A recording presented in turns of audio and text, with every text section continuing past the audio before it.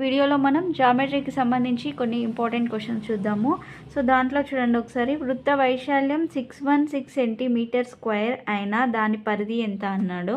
ఇక్కడ వృత్త వైశాల్యం ఈక్వల్ టు 616 అన్నాడు కదా. సో వృత్త వైశాల్యానికి ఫార్ములా ఏంటి? Pi R square. Pi R square equal to 616. Pi value తెలుసు మనకి ఎంత? 22/7 into R square equal to 616 అవుతుంది. ఇక్కడ 2 టేబుల్లో క్యాన్సిల్ అవుతుంది కదా. సో 2 11s are 22, ఇక్కడ 2 3s are 6, 0 2 8s are 16. So ఇంకా 11 టేబుల్లో క్యాన్సిల్ అవుతుంది. 11 1s are 11, so 11 2s are 22, 8 ఉంటుంది. 88 అంటే 88, 11 8s are 88. సో ఇక్కడ ఏం మిగిలింది? R square by 7 equal to 28 అయింది.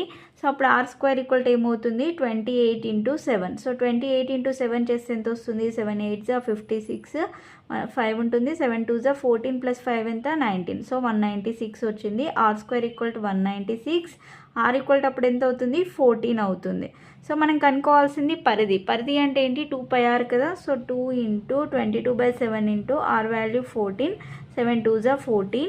సో 22 ఇంటూ 2 అంటే 44, 44 ఇంటూ 2 ఈక్వల్ టు 88.